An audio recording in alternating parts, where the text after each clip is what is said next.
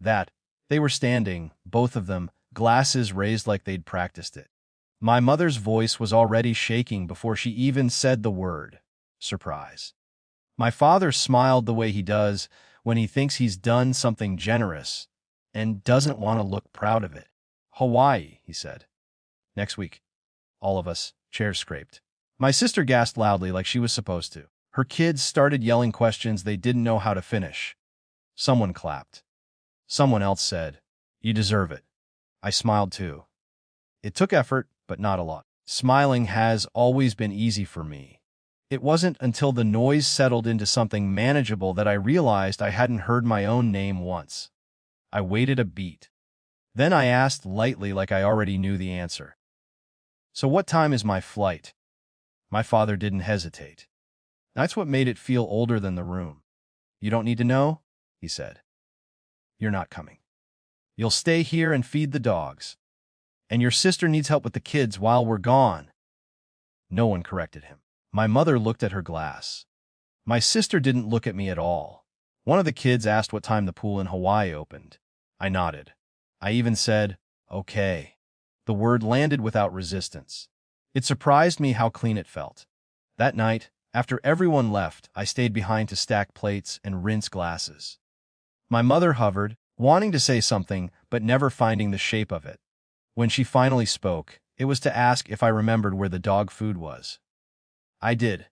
I always do. On the drive home, I didn't cry. I didn't rehearse speeches. I just started listing things in my head. Who had access to what? What I handled that nobody thought about? What stopped working when I didn't touch it? I wasn't important in the emotional way, but I was structural. That week, I did everything I was asked to do. I smiled when my sister dropped off a color-coded list of her kids' routines. I nodded when my father reminded me which vet they preferred. I said, "Have fun," when they loaded their suitcases. Then I quietly stopped doing the other things. The things no one had ever asked me to do because they had never known they were being done. I didn't cancel anything dramatically. I just didn't renew what wasn't in my name.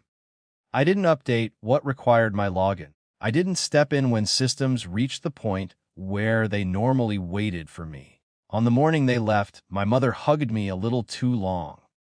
My father said, "We'll bring you something nice back." I watched their car disappear down the street. Then I went home. 2 days later, a woman from a professional agency knocked on my door. She was polite and visibly confused. "I'm here about the childcare arrangement," she said.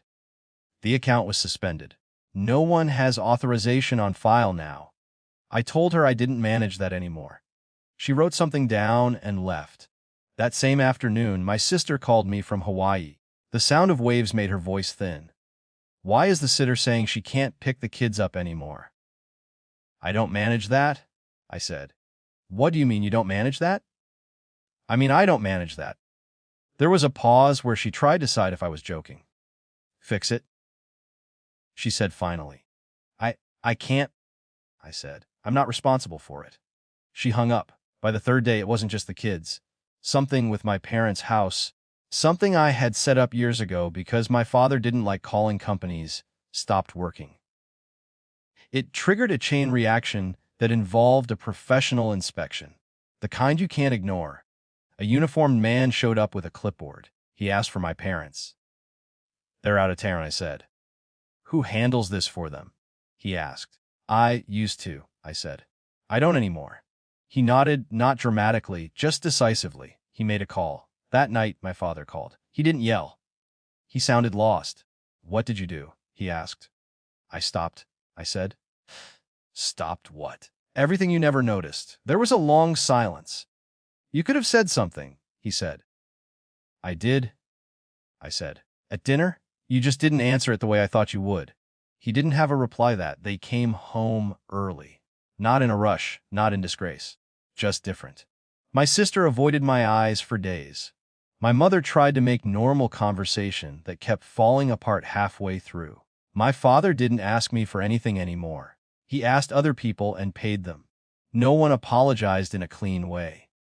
My mother once said, "We didn't mean to hurt you." I said, "I know." It was the truest thing in the room. We still see each other. Not as often. Not as easily. I don't do invisible work anymore. I do only what is asked, and only if I choose to say yes. Sometimes I think they still don't understand what happened. But they understand what it costs now. And that has been enough to change where I stand in the room.